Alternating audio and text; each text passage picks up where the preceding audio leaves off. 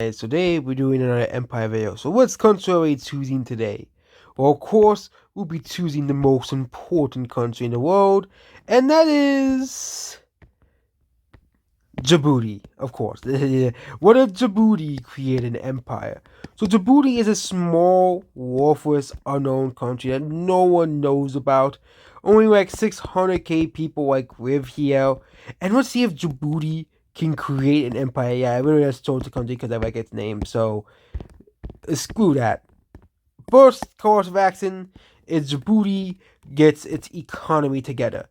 However, its neighbors continue to suffer with the exception of Ethiopia. Considering that Djibouti now is basically the richest African country, they invade Somalia. Basically, just like that. So they invade Somalia and they invade the portion of this area here. They invade the northern portion of Somalia here. And basically, they annex all of this northern area as well. Ethiopia also invades Somalia here, which causes the crash of the borders here. Yeah, this causes Somalia to be basically split in two. This side going to Ethiopia, and this side going to Djibouti. This causes Djibouti to gain a lot of land. However, Djibouti still had finally Ethiopia gets a coast, and Djibouti is gonna expand north. So this is a country called Yemen that no one really cares about, and Djibouti wants to basically make Yemen a stable country. So they do it by basically saying a bunch of people do invade Yemen. Yemen is in a civil war between, and they declare war on the orange team as well. There's also a small green team here, so basically there are several teams here, and there's also a Saudi Arabian backed purple team as well. This causes the civil war in Yemen to get worse. However, a new government by Djibouti moves in and basically takes over a lot of this land here. Djibouti says, you know what, we don't want Yemen to turn into a dust land. We'll take over this area here. This causes the orange team to basically collapse, and the green team also is defeated, and Saudi Arabia finally pulls out of the country as well.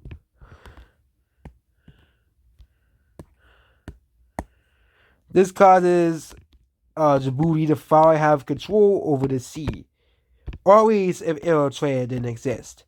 So that's the next course of action to get rid of Eritrea, that meddling North Korea clone. So they invade Eritrea very quickly and basically take out the country. Eritrea is no more. So Djibouti has basically created a small empire for itself already.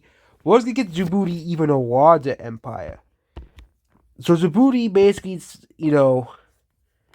wants to become kind of like a Chile country where they own a lot of land here.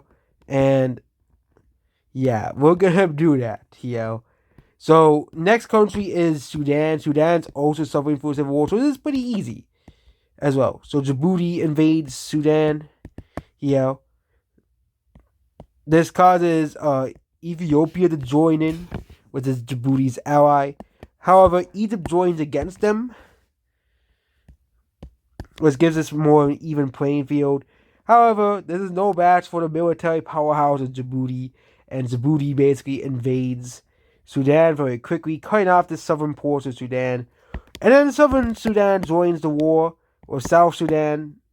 South Sudan joins the war, and they also want to get some of the land back as well, including several disputed territories. They invade from the south.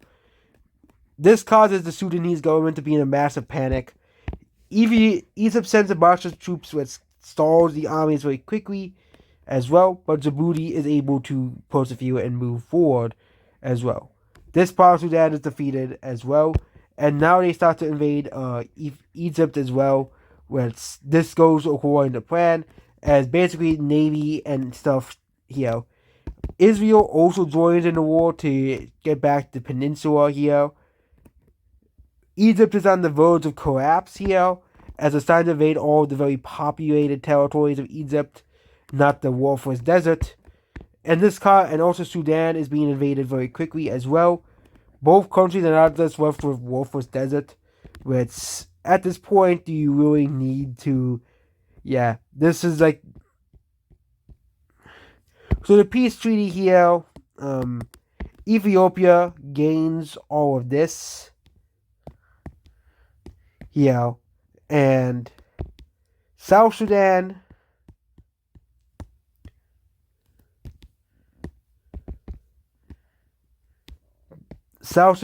gains all of here. Sudan only exists in the desert. Same thing with Egypt.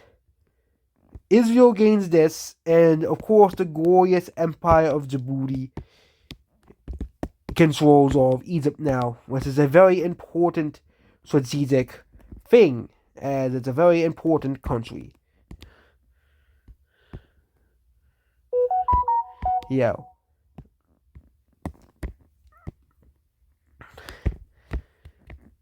Meanwhile, Djibouti now invades the rest of Yemen.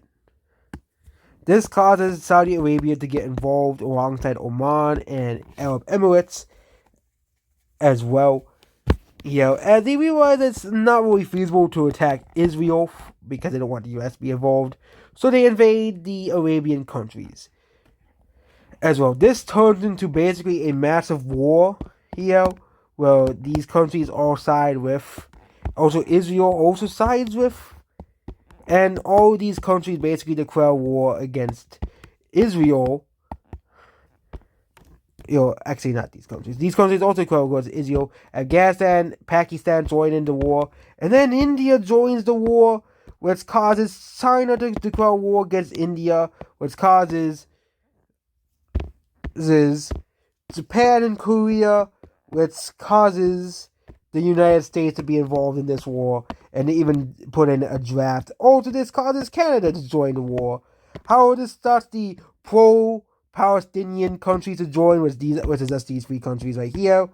And this causes these countries to join on the side. Turkey joins against Israel. These countries join against Turkey to basically defeat Turkey. Ukraine joins on the side of Turkey, and Russia joins against Ukraine. This is a pretty messy thing. Also, Kazakhstan joins as well. The DRC and Tanzania declare war against Ethiopia. Meanwhile, these three countries join on the side of, and this causes the war to become more and more chaotic as well. These countries join against Algeria to basically form this coalition against Algeria. Algeria gets Niger and Portugal on the side alongside Tunisia. They get Turkmenistan and North Korea on their side, which causes this to be a massive world war as well. So this causes the invasion of Jordan to begin, with the help of course, the amazing, glorious Djibouti army. They defeat these countries very quickly. They also start to invade this northern portion of Yemen along with Ethiopia's help. Ethiopia, however, has to deal with also help Kenya defeat Tanzania, whereas Tanzania is pushed back as well. The DRC is being pushed back as well in this war here. And India is all alone. They defeat North Korea is very weak, so North Korea is defeated relatively quickly. However, they can't really go towards China. India invades southern portion of Pakistan where everybody lives. That's a big problem for now. And Ukraine, with the help of the Balkan countries and US, defeat Russia. Also, Germany and Poland and Netherlands, they are being defeated relatively quickly. These are not, except for Germany, these are not all very strong countries outside of Germany, so Poland is invaded relatively quickly as well. And they are pushed back to basically just Germany annexes the remaining main portion of Poland as Poland's government collapses. Portugal was defeated relatively quickly, so yeah. Then we also have the war against Niger, which Niger is a very weak country here. So yeah, this is not a optimal position to be in here. Also, Morocco starts to invade the Algerian desert with the help of Spain and Italy here. And this Middle Eastern war causes it to be a massive disaster for the Red Team Alliance here, which this is basically what's happening here. Several countries quit or surrender, so these countries surrender. Iraq quits, Saudi Arabia quits, Turkey quits after they basically get the. Saudi Arabia basically goes into the very end, but Iraq and Kuwait quit. Syria is being invaded and Turkey is being invaded by both sides, and this causes Turkey to be defeated relatively quickly. India reaches into Iran, and then we just have the big countries to take out. Libya is defeated. They just really collapse. Same thing with these countries here. They collapse as well. Germany collapses. Russia collapses because of its poor economy. These countries collapse. Iran collapses. These countries collapse. This leaves these two countries left. China leaves the war because they see no incentive, and it just leaves Saudi Arabia. And Saudi Arabia is forced to leave the war. So Djibouti won the war at the very end. And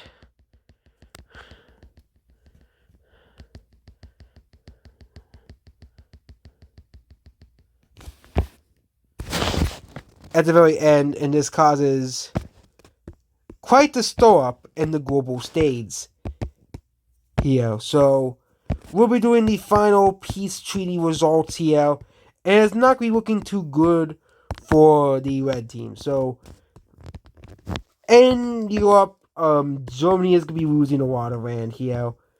Poland will be losing land to the Ukraine as well. Ukraine will also win a bunch of this land. Also Ukraine will own the southern portion of Poland. Germany will lose all this land. Meanwhile, the Netherlands doesn't lose anything, so Germans will be pissed off about that. This area will be annexed by Morocco, which means Morocco will be a snake country as well. Niger will be basically just dissolved as a country and be put into Mali and control. The DRC will lose a lot of its land to these countries over here. They'll still be landlocked because it's the DRC. Also, they'll gain a lot of land out of here, and they'll also unite into one country as well. Kenya will also annex the rest of here, and this will become one whole country as well. So this part of Africa will become one whole country here. Meanwhile, in Tanzania, Djibouti will get some land out of that. So Djibouti will gain a peace deal out of that. Djibouti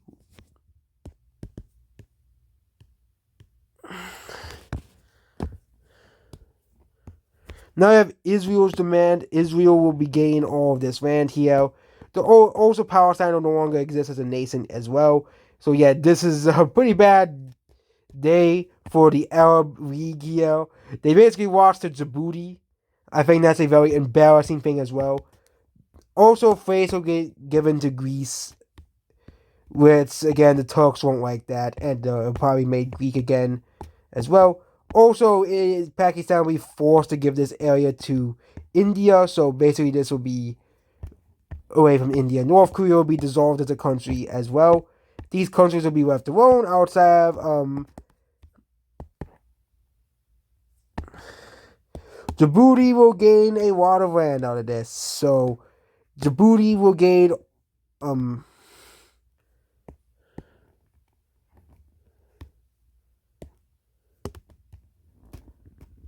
Djibouti will gain all of this land here. Create Djibouti as the most important nation on earth.